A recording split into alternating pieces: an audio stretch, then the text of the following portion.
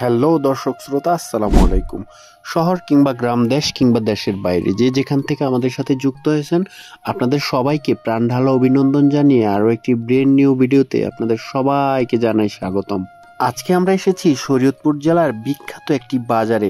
আপনারা গেস করতে থাকুন কোথায় আমরা এসেছি। হ্যাঁ, আমি বলে দিচ্ছি, আজকে আমরা এসেছি শরীয়তপুর জেলার সখীপুর থানার বিখ্যাত সখীপুর বাজারে।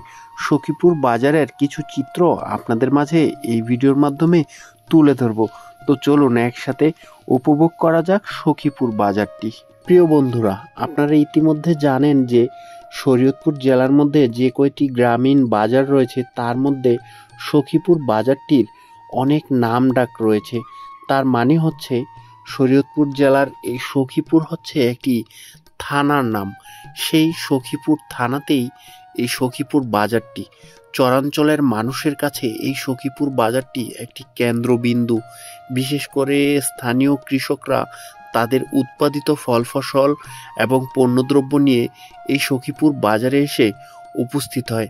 এই বাজারের আরও একটি বিশেষ কারণ হচ্ছে এই বাজারে গরুর হাট মিলে থাকে। অনেক দূর দূরান্ত থেকে কৃষকরা এবং অনেক দূর দূরান্ত থেকে ব্যবসায়ীরা গরু কেনা বেচার জন্য এই সখীপুর বাজারে কিন্তু এসে থাকে। বিশেষ করে চরাঞ্চলের মানুষের কাছে সখীপুর বাজার হচ্ছে একটি কেন্দ্রবিন্দু। এই সখীপুর বাজারে অনেক দূর দূরান্ত থেকে লোকজন আসে তাদের প্রয়োজন মেটানোর জন্য। তারা উৎপাদিত কৃষিপণ্য বিক্রি করে তাদের প্রয়োজনীয় জিনিসপত্র এবং দৈনন্দিন জীবনের জন্য যা যা প্রয়োজন সেই জিনিসপত্রগুলো কিন্তু এই সখীপুর বাজার থেকে কিনে নিয়ে যায়। আপনি কি কখনো শরীয়তপুর জেলার এই বিখ্যাত সখীপুর বাজারে এসেছিলেন? এই সখীপুর বাজারের ভিতর দিয়ে কয়েকটি গলি গিয়েছে। এই গলির দুপাশে অসংখ্য দোকান রয়েছে, বিভিন্ন ধরনের পণ্যদ্রব্য এ সকল দোকানগুলোতে অহরহ পাওয়া যায়। আজকে আমরা সখীপুরের বাজারের যে চিত্রগুলো আপনাদের মাঝে তুলে ধরছি, সেই তুলে ধরার প্রচেষ্টা শুধুমাত্র আপনাদের জন্য। কারণ আপনারা সব সময় অনেক দূর দূরান্ত থেকে আমাদের এই ভিডিওগুলো দেখে থাকেন।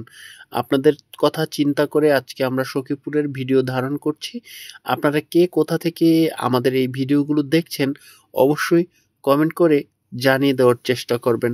আপনাদের কমেন্টের উপর ভিত্তি করে পরবর্তী ভিডিও নিয়ে আমরা হাজির হব। সে পর্যন্ত সবাই ভালো থাকবেন, সুস্থ থাকবেন, নিরাপদে থাকবেন। আর সব সময় একটা কথা মনে রাখবেন, আপনি যদি প্রবাস থেকে আমাদের ভিডিওগুলো দেখেন, অবশ্যই ভিডিওগুলো দেখে যদি আপনার বিন্দুমাত্র ভালো লাগা কাজ করে, সেই ভালো লাগাটাই আমাদের সার্থকতা, সেটাই আমাদের সফলতা। কারণ আপনারা অনেক দূর দূরান্ত পরিবার এবং প্রিয়জনকে ছেড়ে একা বসবাস করছেন। তো আজকের এই ভিডিওটি এখানেই শেষ করছি।